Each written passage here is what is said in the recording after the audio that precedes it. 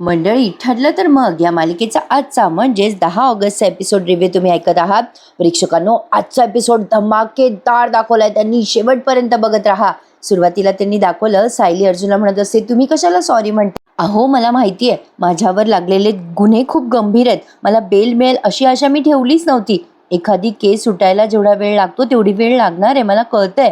ठीक आहे, हरकत नाहीये, पण मला काळजी ना वेगळ्या गोष्टीची आहे. अर्जुन म्हणतो, कुठली ग सायली? सायली म्हणते, सोनल सुटली असेल तरी मानसी आणि इतर मुली त्या लोकांच्या ताब्यात आहेत ना.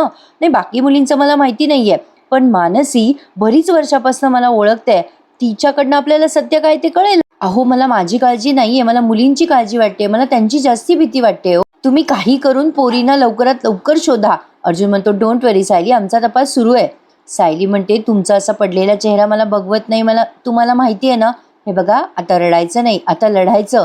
अर्जुन म्हणतो, हो सायली, आणि जिंकायचं सुद्धा. सायली आणि अर्जुन एकमेकांना आत्मविश्वास देतात बरं का. आणि मग ते इन्स्पेक्टर सायलीला तिथून घेऊन जातात. आता ते इन्स्पेक्टर तिथून सायलीला घेऊन गेल्यानंतर तो जो शेंडे वकील आहे ना, तो अर्जुनला चॅलेंज करायला येतो बरं का. अर्जुन आता कसा चॅलेंज देतो बघा त्या शेंडेला. चैतन्य म्हणत असतो अर्जुनला, तू त्रास नको करून घेऊ अर्जुन.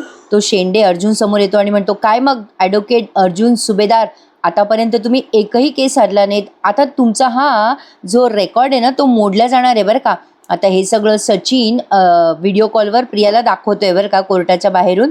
अर्जुन म्हणत असतो, खूप कॉन्फिडन्स आहे का तुम्हाला शेंडे वकील? वकील म्हणतो, तो शेंडे वकील, हो आहे ना, कारण तुमच्या बायकोला पॉस्को लागलाय आणि हे सगळे आरोप सिद्ध करणारे पुरावे पण पोलिसांकडे. इतका गलिच्छ आणि घाणेरड्या गुन्ह्याला अहो जामीन पण मिळत नाही. हो, माझ्यासाठी ही केस खूप इझी आहे बरं का. फार कष्ट न करता मी तुमच्या बायकोला खडी फोडायला पाठवू शकतो आणि अर्जुन सुभेदार यांचा रेकॉर्ड तोडणारा मी पहिला वकील असेल, माझं नाव लावलं जाईल ना तुमचा रेकॉर्ड मोडण्यामध्ये. हे सगळं म्हणजे प्रिया बघते बरं का व्हिडिओ कॉलवर. अर्जुन त्या वकिलाशी बोलतोय. अर्जुनला आता खूप राग येतो बरं का त्या शेंडे वकिलाचा. अर्जुन शेंडे वकिलाला उत्तर देतो, चांगले स्वप्न बघता हो तुम्ही शेंडे वकील, पण काळजी करू नका, मी माझ्या बायकोला सोडवणारच आहे. अर्जुन सुभेदार आजपर्यंत त्याच्या क्लायंटची केस हरला नाही, तर त्याच्या बायकोची केस काय हरेल? जग इकडचं तिकडे जरी झालं ना तरी मी माझ्या बायकोला सोडवेलच. शेंडे वकील म्हणतो, हो का, खूपच कॉन्फिडन्स आहे हो तुम्हाला सुभेदार. बघू ना, नाही कोणाचा कॉन्फिडन्स खरा ठरतो ते कळेलच, तुमचा का माझा.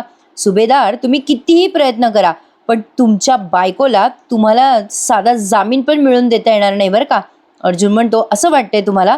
चला तर मग मी चॅलेंज करतो तुम्हाला शेंडे वकील. आज तर फक्त एकच हिअरिंग झाली आहे, आता पुढच्या हिअरिंगमध्ये मी माझ्या बायकोवरचे पॉक्सोचे चार्जेस हटवूनच दाखवेल तुम्हाला, आणि हरवलेल्या मुलींपैकी कोणतीही मुलगी अल्पवयीन नाहीये हे मी सिद्ध करून दाखवेल, आणि माझ्या बायकोला जामिनावरून सोडवून मी घरी घेऊन जाईल.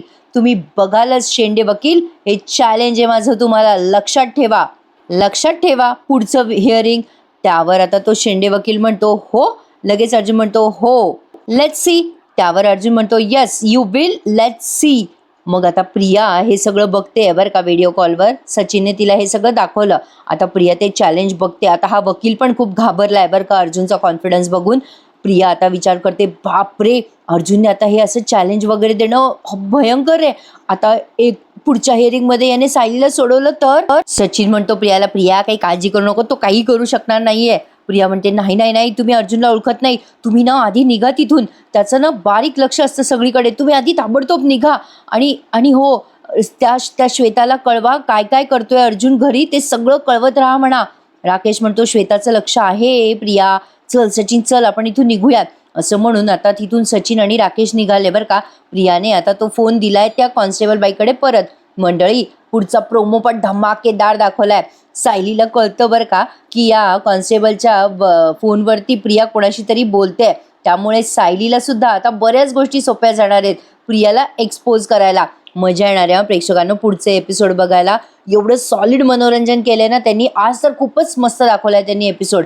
प्रिया आता तो फोन देऊन टाकते त्या कॉन्स्टेबल बाईकडे आणि मनाशीच बडबडते, नाही नाही नाही नाही, चॅलेंज वगैरे, बापरे बापरे, आता काय होणार पुढे. कोर्टामध्ये इकडे शेंडे वकील निघून जातो बरं का. चैतन्य म्हणतो, चल अर्जुन, आपल्याला लगेच इन्व्हेस्टिगेशनला लागायला हवं, वेळ कमी आहे आपल्याकडे. अर्जुन म्हणतो, हो, आता हे मिशन ना मी पूर्ण करणारच आहे. चैतन्य, एक काम कर, आपण ना लगेच पोलीस स्टेशनमध्ये जाऊ आणि या केसबद्दल ज्या ज्या फाईल्स आहेत त्या सगळ्या बघू. आणि एक काम कर, एक कोर्टात आज जे काही झालंय ना ते प्लीज सांगू नको रे घरी, म्हणजे उगाच घरच्यांना टेन्शन नको. चैतन्य म्हणतो तू नको टेन्शन घेऊ, मी करतो सगळं अरेंज. आता दोघी निघाले तिथून. आता हा सीन बघा मंडळी. तर आता पुढच्या सीनमध्ये सायलीला आणलं जात आहे बरं का पुन्हा जेलमध्ये. आता हा सीन बघितल्यावरती तुम्हाला लय भारी वाटणार आहे बरं का. आता सायलीला जेलमध्ये टाकत असतात तेव्हा प्रिया सायलीला चिडवायला लागते बरं का. आडून आडून चिडवत असते. ती म्हणते कशी बघा, अरे आज कोणाला तरी जामीन मिळणार होता ना, नाही मिळाला का? अरे अरे अरे अरे, सगळा माज उतरला वाटतं. काय नाही, कुणाचा तरी नवरा खूप मोठा वकील आहे म्हणे, आयुष्यात तो एकही केस हरलेला नाहीये आणि आता तो केस हरणार म्हणे, ते सुद्धा कोणाची? बायकोची म्हणे. बायकोला जो जामीन नाही मिळवून देऊ शकत तो कसला वकील? नाही, ह्या असल्या वकील नवऱ्याची आणि अशा बायकोची मला भयंकर कीव येते बरं का. सायली आता त्या कॉन्स्टेबल ताईला म्हणते, तिच्या ताई मी जरा त्या प्रियाशी बोलून येऊ का? मग त्या आशा ताई म्हणतात हो जा सायली बोल. सायली बघा आता प्रियाला कशी उत्तर देते. प्रिया गारच पडते बरं का प्रेक्षकांनो.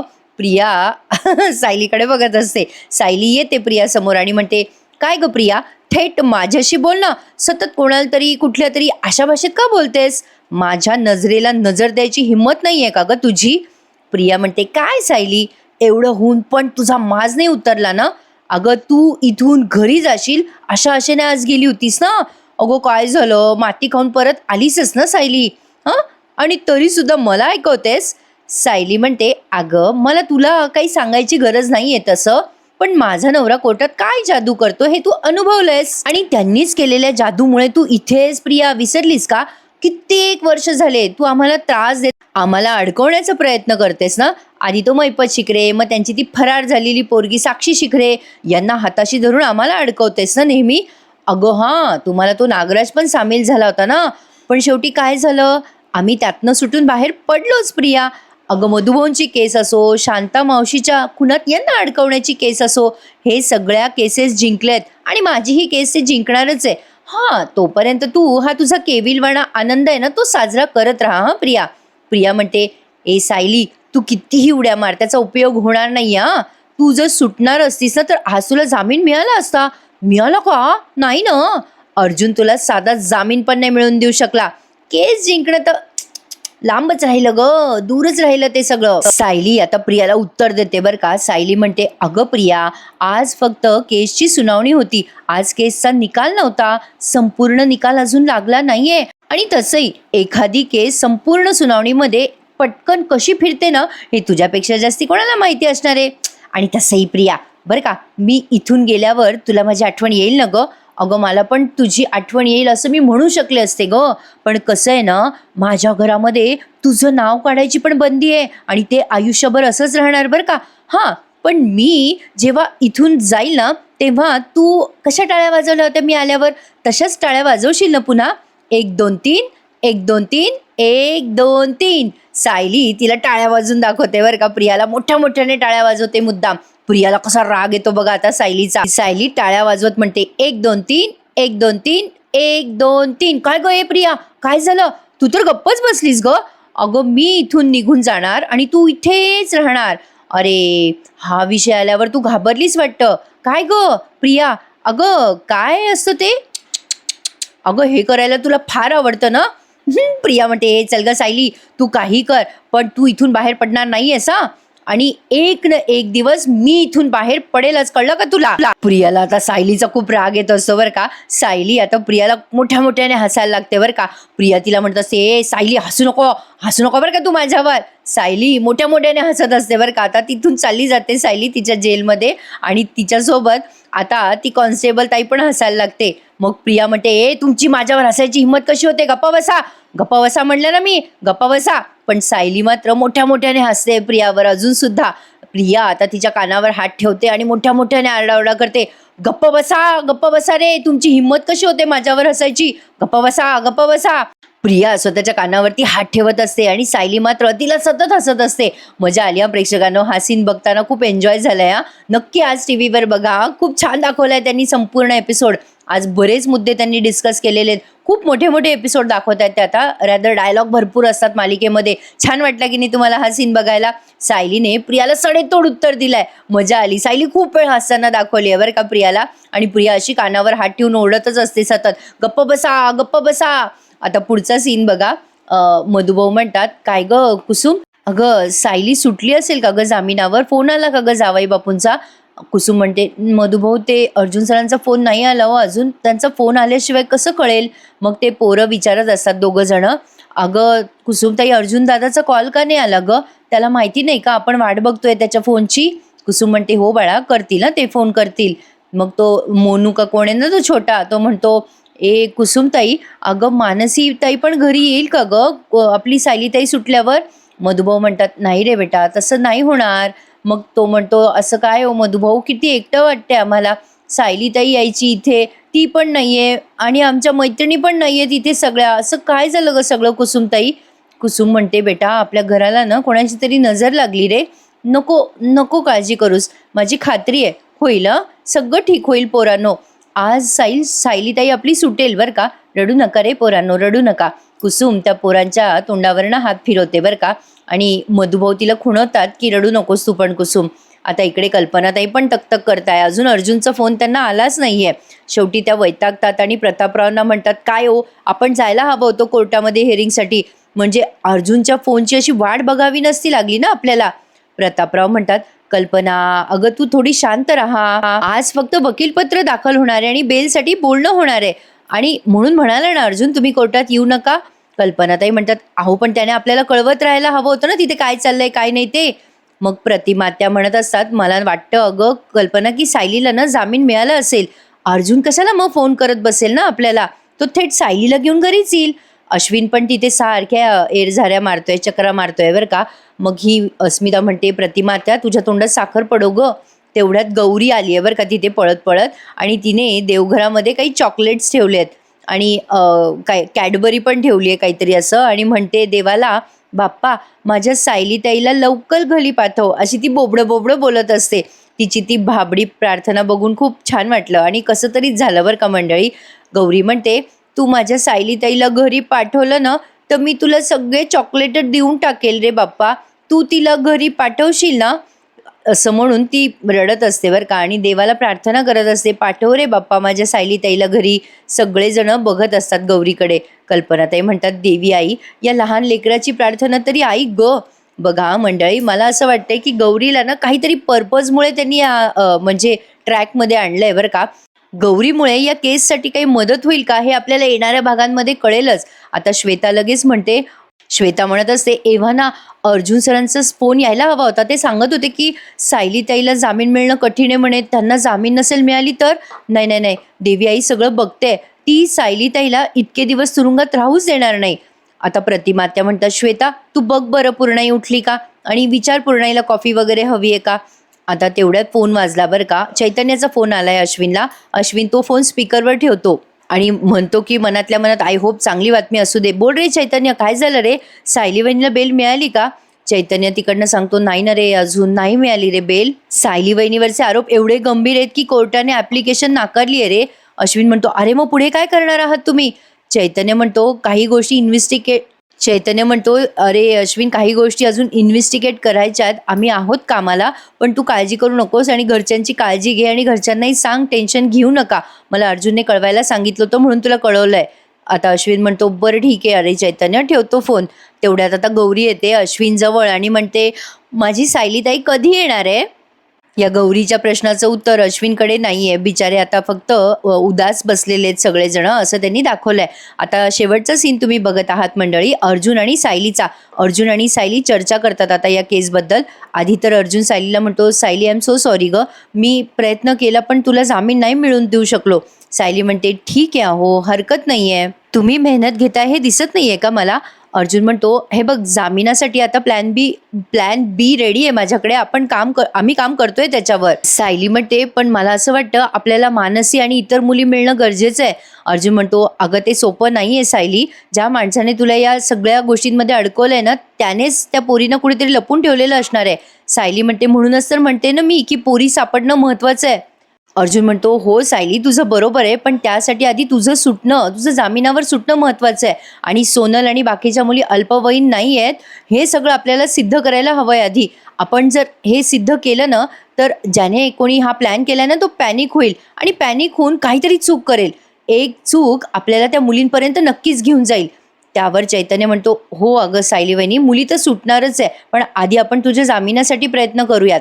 अर्जुन म्हणतो, मला सांग सायली, जेव्हा सोनल आश्रमात आली तेव्हा फॉर्म भरताना तुम्ही काही चर्चा केली होती का तिच्या वयाबद्दल वगैरे? सायली म्हणते, अहो नाही, असं काही चर्चा नव्हती झाली, पण फॉर्मवर तिने वय 21 पूर्ण लिहिलं होतं. अर्जुन म्हणतो, अच्छा, पण सोनलने तर तिचं वय 17 वर्षाचं असलेलं सांगितलंय. नाही म्हणजे पोलिसांनी सुद्धा तिची टेस्ट करून घेतली आहे. बोन एज टेस्ट म्हणजे हाडांची चाचणी बरं का मंडळी. हे नवीनच ऐकलंय मी. मग सायलीला पण ते वेगळंच वाटतं. ती म्हणते, हे काय असतं हो बोन एज टेस्ट म्हणजे? चैतन्य म्हणतो, वहिनी म्हणजे एखाद्याच्या हाडांची चाचणी केली जाते आणि त्यावरनं कळतं की एखाद्या माणसाचं एक्झॅक्ट वय काय आहे. म्हणजे त्या सोनलची टेस्ट केली गेली म्हणे आणि तिचं वय 18पेक्षा कमी. अर्जुन म्हणतो, सायली तुला म्हणूनच विचारतोय मी, तुला काही आठवतंय का? सायली म्हणते, नाही हो असं काही आठवत नाहीये. हां, पण तिने हे सांगितलं होतं की वडगावला जेव्हा आग लागली होती ना तिच्या गावाला, तेव्हा तिचा 3रा वाढदिवस होता आणि त्यावेळेला म्हणूनच तिचे आईवडील तिला जत्रेत घेऊन आले होते. अर्जुन म्हणतो, अच्छा म्हणजे त्या दिवशी तिचा वाढदिवस होता? सायली म्हणते, हो ना, म्हणून तर तिला तिथे लागलेली आग लक्षात आहे, बाकी काही लक्षात नाहीये तिच्या. अर्जुन आता ते काही फाईल चेक करतो, त्यात लिहिलेलं असतं की 2 मे 2008 रोजी वडगावला आग लागली. आता हे सगळं तो सायलीला सांगतोय. सायली म्हणते, हो ना, सुरेश जेव्हा आपल्याकडे आला त्याने जेव्हा आपल्याला सांगितलं की वडगावला आग लागली, तेव्हा आपण ते इंटरनेटवर तपासलं होतं ना, तेव्हा तर हेच दिसलं होतं की वडगावच्या देवी आईच्या जत्रेला म्हणजे जत्रेमध्ये 2 मे 2008लाच आग लागली होती. अर्जुनला आता ते सगळं आठवतं. सायली आणि अर्जुनने डिस्कस केलं होतं बघा सुरेशने सांगितल्यावरती की खरंच तेव्हाच आग लागली होती का. अर्जुनला ते सगळं आठवतं आणि तो आता सायलीला म्हणतो, हो तुझं बरोबर आहे. मग चैतन्य म्हणतो, अर्जुन आपण बाहेर जाऊ, नेटवर सगळं पुन्हा एकदा चेक करू. सायली म्हणते, बाहेर जाऊन का, इथे चेक करा ना. चैतन्य म्हणतो, वहिनी आम्हाला फोन आतमध्ये आणणं अलाउड नाहीये. अर्जुन म्हणतो, सायली तू जे आता सांगतेस त्यावरून म्हणजे बघ, ती जर 3 वर्षाची होती तेव्हा, म्हणजे त्या अर्थी आता तिचं वय 21 असणार आहे. ती अल्पवयीन नाहीये की. सायली म्हणते, हे बरोबर आहे. आणि आता त्यांनी सुभेदारांच्या घरचा सीन दाखवलाय. म्हणजे मंडळी रिपोर्ट वगैरे सगळं मॅनेज झालंय बरं का. सायलीला आणि अर्जुनला आता ते सगळं कळतं. पुढे त्यांनी त्यांचा सीन घेतलाय. आता छोटासा सीन आहे. इकडे सगळेजण जेवायला बसलेले असतात, पण प्रतापराव म्हणत असतात, मला भूक नाहीये. मग प्रतिमा त्या त्यांना समजवता, अरे प्रताप जेवून घे बरं. सायलीने काय सांगितलंय? तिने सांगितलंय मला की कोणीही उदास राहायचं नाहीये. सायली येणार आहे ना लवकर घरी, तोपर्यंत कोणीही आपलं आयुष्य थांबवायचं नाही. अश्विन म्हणतो, हो डॅड, सायली वहिनीला वचन दिलंय आपण, ते पाळायला नको का? तुम्ही खाऊन घ्या बरं. प्रतापराव आता खातात घासभर आणि मग ती प्रतिमा त्या म्हणतात, जा गौरीला घेऊन ये आणि तिला जेवू घाल ग. आता या कल्पनाताई म्हणतात, अर्जुनने काही खाल्लं असेल की नाही देवच जाणे. अश्विन म्हणतो, थांब जरा मी दादाला विचारतो फोन करून. कल्पनाताई म्हणतात, अश्विन अरे अर्जुनला हेही विचार की सायलीसाठी डब्बा पाठवला तर चालतं का. मग अश्विन म्हणतो, थांब विचारतो. तेवढ्याच श्वेता येते बरं का धावत धावत आणि म्हणते, कल्पना मावशी गौरीला उठवायला गेले मी आणि बघते तर काय तिला ताप आलाय हो. अहो तिचं अंग खूप गरम लागतंय. कल्पनाताई म्हणतात, अरे बापरे चल ग बघूयात. प्रतिमा त्या म्हणतात, अगं श्वेता एक काम कर, तू कुसुमला फोन कर बरं आणि सांग तिला गौरीला ताप आलाय ते मिठाचं पाणी आण, गौरीच्या डोक्यावर ठेवूयात. पटकन सगळे लगबगीने आता गौरीकडे गेलेत बरं का मंडळी. आणि आता इकडे सायली अर्जुनचा सीन दाखवलाय जो शेवटचा. सायली म्हणते, तो सुरेश जेव्हा आपल्याकडे आला तेव्हा त्याने आपल्याला करेक्ट इन्फॉर्मेशन दिली, म्हणजे ज्याने कोणी त्याला हे बोलायला लावलं ना ते सगळं तो आधीच पाठ वगैरे करून आला असावा का. चैतन्य म्हणतो, वहिनी 2008 हे साल जर करेक्टच असेल तर याचा अर्थ सोनलची जी बोन एज टेस्ट झाली त्यात काहीतरी घोळ झालाय. अर्जुन म्हणतो, घोळ नक्कीच झालाय. तू एक काम कर चैतन्य, कोर्टात जा आणि बोन एज टेस्टचं पुन्हा एकदा कन्फर्मेशन घे. आपण पुन्हा टेस्ट करून घेऊयात. आपण कोर्टात ॲप्लिकेशन देऊ आणि त्या सगळ्या टेस्ट पुन्हा करून घेऊ आणि आपण आणलेला रिपोर्ट हा 100% खरा असेल. चैतन्य म्हणतो, बरोबर आहे तुझं अर्जुन, आपण आता तसंच करूयात. मग लगेच अर्जुन म्हणतो, पण 1 मिनिट थांब चैतन्य, तो शेंडे वकील म्हणे तो कोर्टात पुन्हा आपल्याला म्हणेल की फक्त बोन एज टेस्ट हे प्रमाण सिद्ध करता येणार नाही, आपल्याला तिच्या जन्माचं सर्टिफिकेट वगैरे असायला हवं यार आपल्याकडे. सोनलच्या बद्दल बोलतायत बरं का हे मंडळी. चैतन्य म्हणतो, अरे पण पोलिसांना काही ते सर्टिफिकेट सापडलेलं नाही, तिच्या आईवडिलांचा पण पत्ता नाही आहे. अर्जुन म्हणतो, तेच तर आपल्याला शोधायचं आहे. आता तो सायलीकडे बघतो तर सायली काहीतरी विचारत असते. अर्जुन म्हणतो, काय झालं बायको, कसला एवढा विचार करतेस? सायली म्हणते, जर वडगाव खरं आहे, जर तिथली जत्रा खरी आहे, तिथे लागलेली आगही खरी आहे, तर आपल्याला हे सगळं सत्य वडगावला गेल्यावरच कळेल. म्हणजे आपल्याला वडगावला गेल्यावरच सत्य कळेल. तिथे गेल्यावर कदाचित आपल्याला सोनलचे आई वडील पण सापडतील, जन्माचा दाखला पण मिळेल आपल्याला. अर्जुन म्हणतो, बरोबर आहे तुझं सायली, वडगावला आता जायलाच हवं. असं म्हणून अर्जुन आता सायलीला सांगतो की तो वडगावला जाणार आहे म्हणून. मंडळी, आता येणारे भाग अप्रतिम असणार आहे. मैपत, प्रिया, सचिन सगळेजण अर्जुन आणि सायलीवर घारीची नजर ठेवताय. पण या सगळ्यातनं अर्जुन आणि सायली कसे मोकळे पडतायत, सायलीला कसं तो निर्दोष सोडतोय अर्जुन, हे सगळं बघणं इंटरेस्टिंग ठरणार आहे बरं का. आता बघा पुढचा प्रोमो काय दाखवलाय त्यांनी. आजचा हा भाग इथेच संपला. पुढचा प्रोमो त्यांनी असा दाखवलाय की प्रिया आता त्या कॉन्स्टेबल बाईच्या फोनवरनं बोलत असते बरं का श्वेताशी, आणि म्हणत असते, अर्जुनवर बारीक लक्ष ठेवतो, आता पेटून उठला असेल, सायलीला जामीन मिळाला नाही तर. अर्जुन आता कल्पनाताईंना सांगताना दिसतोय, मम्मा मी पनवेलच्या बाहेर जातोय काही कामासाठी. आता ही श्वेता आहे ना, ती लक्ष ठेवून असते बरं का अर्जुनकडे. ती लगेच प्रियाला कळवते आणि सांगते की अर्जुन कुठे बाहेर गेलाय, कुठे गेलाय मला माहिती नाही, पण ऑफिसच्या कामासाठी नाही, सायलीच्या कामासाठीच गेला असणार आहे. इकडे मैपत फोनवर बोलताना पुन्हा दाखवलाय. मैपत म्हणतो, म्हणजे 113% सायलीच्या केसबद्दल शोधाशोध करायला गेला असणार आहे तो.